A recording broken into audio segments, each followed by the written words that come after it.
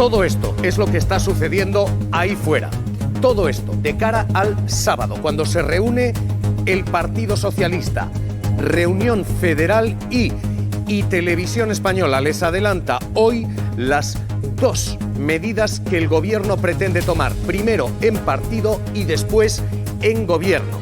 Medidas de lucha contra la corrupción que pretenden ser un revulsivo. Primero, Cristina Cañedo, las de partido, porque el Ejecutivo quiere diferenciar claramente las de partido. Pedro Sánchez las anuncia este sábado. Hoy el diario El País adelanta algunas. Gobierno, les vamos a contar, porque en el Ejecutivo hay también novedades. Se endurece el Código Penal.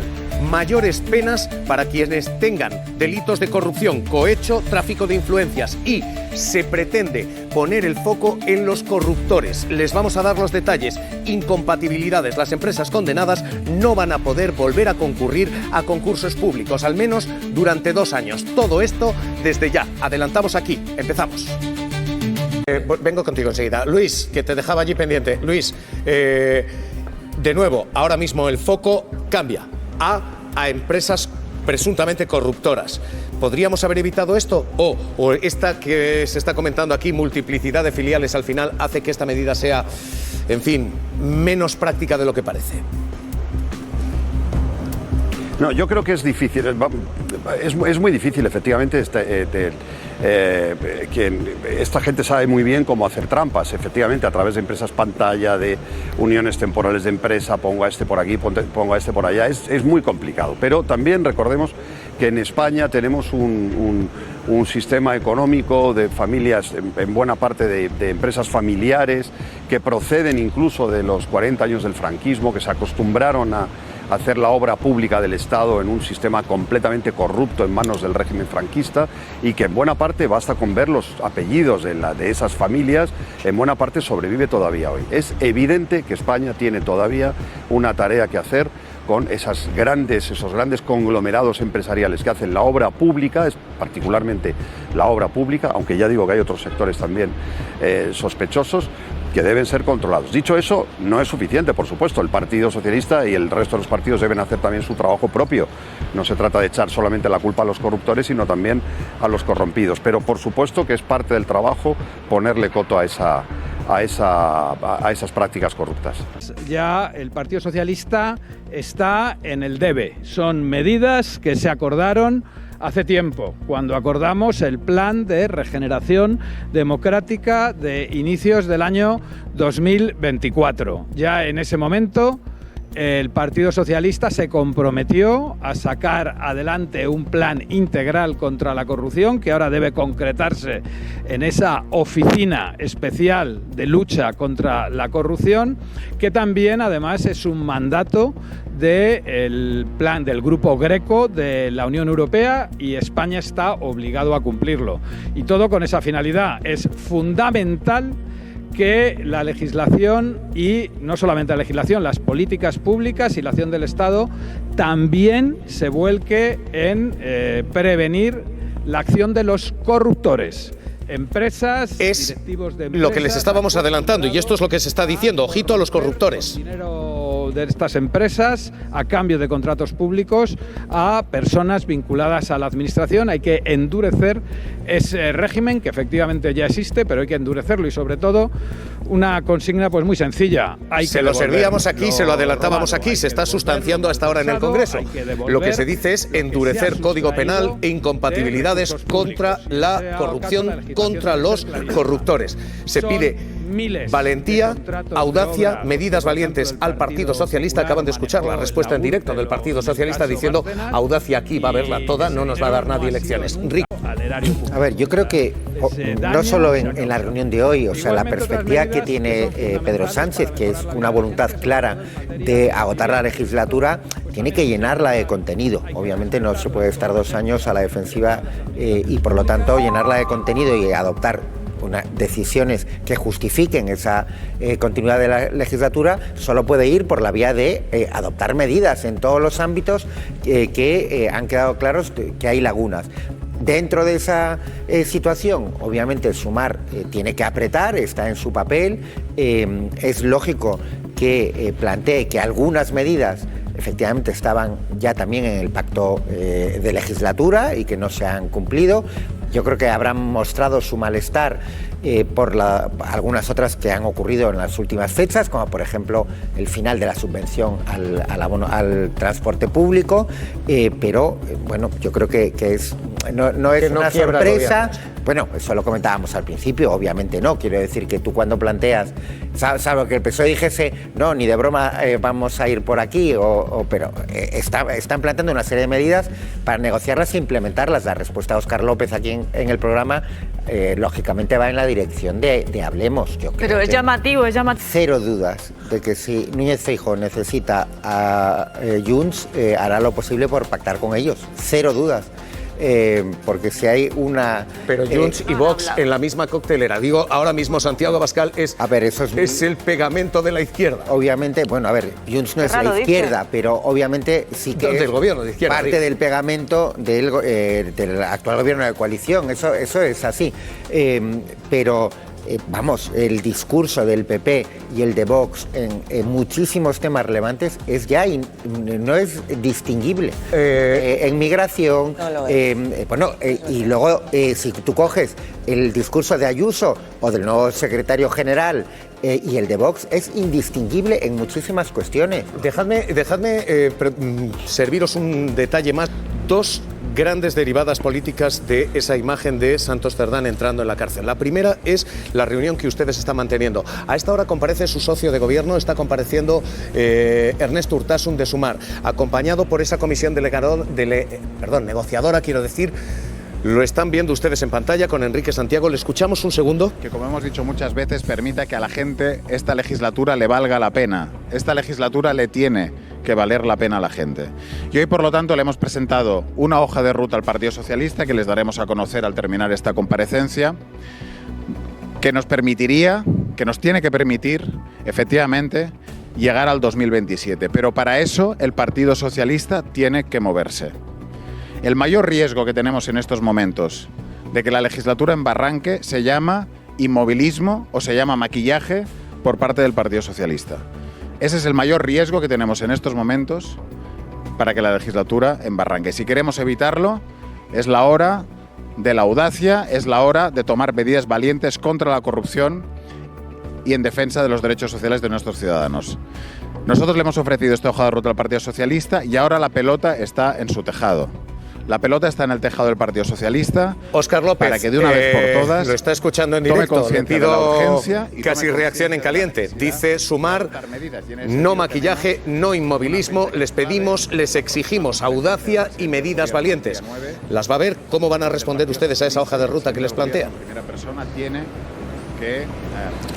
Seguro que sí. No conozco el documento porque se acaba de entregar y no he podido leerlo, pero desde luego compartimos la voluntad de que siga el gobierno y que se hagan reformas para estrechar los espacios que pueda encontrar la corrupción, porque nadie está libre de que al final haya algún caso y por lo tanto España, que ya ha dado muchos pasos en la lucha contra la corrupción, puede dar más y va a dar más. Por eso el presidente del gobierno está tomando una serie de medidas, las va a tomar en el ámbito del partido, para eso tenemos un comité federal este sábado, y las va a tomar en el ámbito general, en el ámbito parlamentario, y para eso también hay una comparecencia anunciada para la semana que viene. Por lo tanto, contundencia, oiga, está hablando usted con un partido que ha cesado a su responsable de organización a las 2 horas de leer un informe de la UCO. Insisto, a las 2 horas de leer un informe de la UCO. Por tanto, oiga, de contundencia, lecciones de poca gente a este partido que ha actuado siempre con rapidez y con contundencia. Como el Partido Socialista y Sumar, el gobierno, midiendo hoy su fuerza. El Partido Popular, hoy afilando perfil. Hoy Cuca Gamarra sale, Miguel Tellado entra. El nuevo hombre del Partido Popular, el nuevo secretario general, es la línea más dura de Génova, porque el Partido Popular está afilando los cuchillos, hasta el punto de que hoy hemos vivido el relevo de Cuca Gamarra, a quienes ustedes señalaban como sector duro, y ese relevo deja a Miguel Tellado, a quienes ustedes señalan como sector todavía más duro. Pablo Collantes, Partido Popular, el nuevo nombre y el nuevo secretario general del Partido Popular es la línea más dura del PP, es Miguel Tellado. Cuéntanos.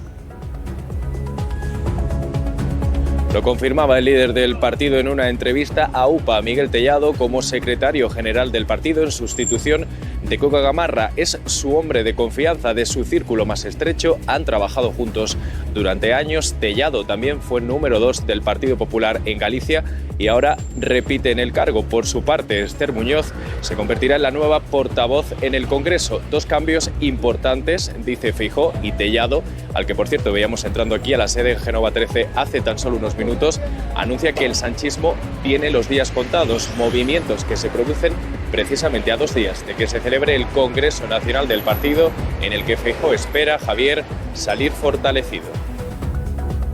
Señor López, esta es la última hora en el Partido Popular. El PP está afilando los cuchillos, preparándose para una campaña electoral anticipada. Bueno, hemos visto estos días que se movían ficha y que amagaban una vez más con la moción de censura y ponían al gran Tellado, al negociador Tellado, a supuestamente hablar con los grupos parlamentarios. Tellado es una persona reconocida, querida, con prestigio en el Parlamento y por todos los grupos. Hablo con ironía, obviamente, le tengo detrás sentado y le escucho todos los días. Mire, la elección de este tipo de personas es la mejor constatación de que toda la oferta política que traía el señor Feijóo es una gran mentira. El señor Feijóo llegó a la política nacional diciendo que quería desterrar la política del insulto, que quería llegar a acuerdos, que quería, digamos, volver a una política, si quiere usted, a lo mejor más tradicional, más de sentarse a dialogar con todos. Y durante 3 años lo único que ha hecho ha sido pactar con la ultraderecha, romper puentes con todos los demás, también con el Gobierno de España, y hacer la política más ultra que ha hecho jamás en su historia una oposición, y más sucia, por cierto, y la derecha de este país. Y el nombramiento de este tipo de personas solo refuerza esa línea. No querrá el señor Feijóo contarnos después de esto que va a ser un partido de acuerdos o de centro-derecha. Está nombrando a lo más salvaje de la derecha y sigue en lo mismo de siempre, que es en su competición con Vox. La competición con Vox que le tiene atrapado desde hace 3 años. Su única prioridad en este mundo es esa relación de amor-odio que tienen con Vox y que hemos visto todos las consecuencias que ha tenido para todos aquellos que han visto cómo se han formado gobiernos autonómicos o municipales. Por lo tanto, sigue atrapado en esa doble pinza que tiene por fuera con Vox, por dentro con la señora Ayuso, y que le tiene pues muy lejos de lo que supuestamente pretendía, que era hacer un partido de mayorías, un partido de centro-derecha, más bien homologable a la derecha europea. Nada de eso. Oiga, nos reafirmamos en esa derecha, en esa posición absolutamente cafre, porque es cafre y sucia como ninguna ha habido en la historia de este país. Pues la cuestión es no ya si se quiebra la coalición, sino si hay algo al otro lado. Porque la propuesta de moción de censura del Partido Popular ha chocado contra, no 1, 3 muros. El de Podemos, el de Junts, que dice, ¿quieren ustedes una moción de censura? Vénganse a Waterloo. Y el del PNV, que dice, esto es teatrillo. Ni siquiera nos han llamado, lo han anunciado antes de llamarnos. Ruth García Ribote, lo cierto es que en estos momentos el Congreso ha dicho no a ese intento de moción de censura. No de Podemos, no del PNV, no de Junts. No hay posibilidad ahora mismo de moción de censura alguna, ¿no? Sí, eso es. De hecho, ayer anunciaba esa ronda de contactos. Tellado, en rueda de prensa, acusaba a los socios de ser cómplice. La respuesta por parte de los socios llegaba rápidamente. BNG, Esquerra, Podemos decían no a reunirse con el PP. Junts emplazaba a Feijóo a reunirse con Puigdemont en Waterloo, en Bélgica, mientras que desde el PNV directamente decían que no les había llamado Tellado antes de ofrecer esa rueda de prensa, con lo que se mostraban muy disgustados y acusaban de una estrategia. Creo que es la clave ahora mismo. Lo que aglutina a la izquierda no es ya tanto el miedo al Partido Popular, sino al vicepresidente Abascal, a un socio de Vox. Y el poder que acaba de exhibir Vox, tela en Murcia. Porque el gobierno de Murcia aprueba un alojamiento para niños, para menores inmigrantes. Vox le dice, o lo retiras, aprobado ya, aprobado y publicado en el BORME, o lo retiras o te tumbamos el gobierno. Santiago Abascal personalmente se remanga para decirle al PP, fuera este apoyo a los inmigrantes. Y lo mejor y más alucinante es que no solamente corrige el PP, lo que el PP dice es, y nunca más volverá a ocurrir, no se preocupen, que no volverá a pasar. Nos estabas diciendo temor a Vox. Vox está mostrando un músculo que da la sensación que en una alianza de gobierno Santiago Abascal no es vicepresidente, es vicepresidente primero y con fuerza. Es el que ahuyenta a todo el arco parlamentario. Comunistas, el modelo bolivariano, las barbaridades que se han dicho de quienes ahora escuchan cómo el PP les pide sus votos para una moción de censura, hacen imposible esta moción de censura. Es una versión más de no soy presidente porque no quiero, me vienes a decir. O sea que bien, claro, vale. No presenta una moción de censura, en mi opinión, por dos motivos. Uno, porque no tiene los votos, claro, pero podría hacerlo si tuviera un proyecto de país, que es lo que han hecho tantos otros aspirantes a la presidencia del gobierno, algunos con éxito, no en la propia moción de censura, pero sí posterior. Con lo cual, hombre, y es que es muy difícil, no solo por las formas que han utilizado con los que podrían ser sus socios más allá de Vox, que son, en mi opinión, en fin, graves, sino por el fondo. Es que se han opuesto a su riqueza lingüística, a la consolidación de sus competencias, a la propia ley de amnistía, es decir, se han opuesto a todo lo que no sean políticas de centralismo, de derecha extrema, como lo demuestra el señor Tellado. Yo es que el señor Tellado y Ayuso pegan.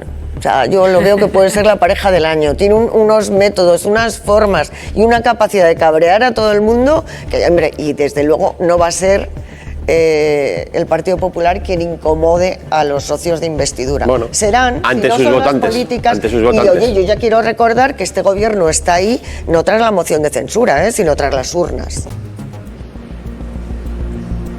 Buenos días, Javier, y a todos los televidentes. Señor López, acaba de terminar esa reunión entre Sumar y el Partido Socialista. Y la pregunta tras ese encuentro es la pregunta capital. ¿Sigue teniendo fuerza el gobierno? ¿Se sostiene el Ejecutivo o se rompe esta coalición? Yo creo que el gobierno tiene fuerza y va a seguir teniendo fuerza, pero no porque lo diga yo, no porque sea una cuestión metapolítica, sino por los resultados que arroja. Hoy mismo hemos conocido que España bate récord de empleo, que está ya por encima de los 21.800.000 afiliados, en un país donde quiero recordar que nuestro principal problema siempre fue el paro. Nuestra principal diferencia con Europa en negativo era el paro. Ahora tenemos la mayor cantidad de personas con empleo en la historia de nuestro país, más de 10 millones de mujeres. España soñaba con llegar a 20 millones de afiliados a la Seguridad Social y estamos, como digo, tocando con los dedos los 22 millones. Por lo tanto, ¿hemos tenido un problema? Sí. ¿Hemos tenido un problema grave? Por supuesto. ¿Estamos dolidos y afectados? Claro que sí. ¿Estamos actuando? También. Es más, Javier, podemos discutir esto, pero creo que es el primer gobierno de la historia que ha actuado con contundencia frente a la corrupción cuando ha tenido un caso en su casa. El primero de la historia. Ningún otro gobierno. El anterior gobierno se dedicó a tapar, a destruir pruebas, a proteger a quien estaba siendo investigado, a no tomar decisiones durante años con los papeles de Bárcenas encima de la mesa. Este gobierno ha tenido dos casos, por cierto, uno de ellos del partido, ni siquiera del gobierno, y ha actuado a las 2 horas de leer un informe de la UCO. A las 2 horas de leer un informe de la UCO. Por lo tanto, ¿estamos dolidos? Claro. ¿Estamos defraudados? Por supuesto que sí. Pero también estamos determinados a seguir con una acción de gobierno que sinceramente está mejorando este país. Señor López, esto es un triángulo tóxico, esto no es un caso del Partido Socialista, dicen ustedes. O no es un caso del Partido Socialista todavía. ¿Ustedes pueden garantizar que esto no va a llegar al PSOE? Mire, yo la impresión que tengo por la información que conozco es que en efecto esto era algo que se cocinaban entre 3 personas, no sé si puede haber alguna más, pero desde luego no una trama institucionalizada en el partido, como sí era el caso Gürtel, por poner un ejemplo. En los papeles de Bárcenas había toda una contabilidad que llegaba hasta la cúspide, hasta el número 1, hasta el presidente del gobierno, M. Rajoy. Bueno, es verdad que todavía no está probado que M. Rajoy sea Mariano Rajoy, pero es que estaba todo ahí, toda una trama nacional, con empresas de toda la estructura del partido, y financiaba. De hecho, la sede está financiada con dinero negro y está sentenciado. Yo creo que no hay ningún indicio, no hay ningún elemento que apunte ahora mismo a la financiación irregular del Partido Socialista. No hay ninguna. Es más, en el auto famoso que hemos leído todos en su día, se apuntaba una cuestión que ya quedó aclarada, donde se yo entiendo que para alguien que no sea un experto en cómo funciona un partido político, podía sonar sospechoso cuando se hablaba de la cuota voluntaria que se paga. Es que la pagamos todos los cargos públicos. En el Partido Socialista no solamente no tenemos un sobresueldo como tenía el PP, es que aportamos al partido una cuota voluntaria para ayudar a su financiación. Y esta es la situación, envenenada, insisto, en lo político como no recordábamos. Y con este gravísimo nivel de violencia ya, de terrorismo, investiga la Audiencia Nacional. Y luego está la vida ahí fuera. Y hoy el dato es sencillamente espectacular. Dato de empleo y dato de paro. El paro está en mínimos desde la burbuja y el empleo está en máximos como no veíamos desde el año 2007. Estamos ahora mismo en histórico de empleo. Nunca habíamos tenido 22 millones de trabajadores en España. Este es el dato que hemos conocido hoy. 21.861.000. Es el récord en la historia de España. Y en apenas un trimestre se ha creado 500.000 de puestos de trabajo. El dato de junio es 76.000 personas más trabajando y el dato de junio es un dato que nos deja esta tendencia. Frente a quienes creían que se frenaba el empleo, lo cierto es que el empleo ha ido subiendo y subiendo y subiendo y que en los últimos junios hemos visto estos crecimientos. Es evidente que la post-COVID fue la gran crecida, pero que desde entonces hasta hoy el dato del empleo sigue creciendo y el del paro sigue cayendo, porque lo que estamos viendo son datos que no veíamos ni siquiera desde la burbuja. En términos de paro, hemos caído a 2.400.000 parados. Es una caída de 155.000 parados en apenas un año. Estamos en niveles de paro de burbuja inmobiliaria. Las cantidades son extraordinarias.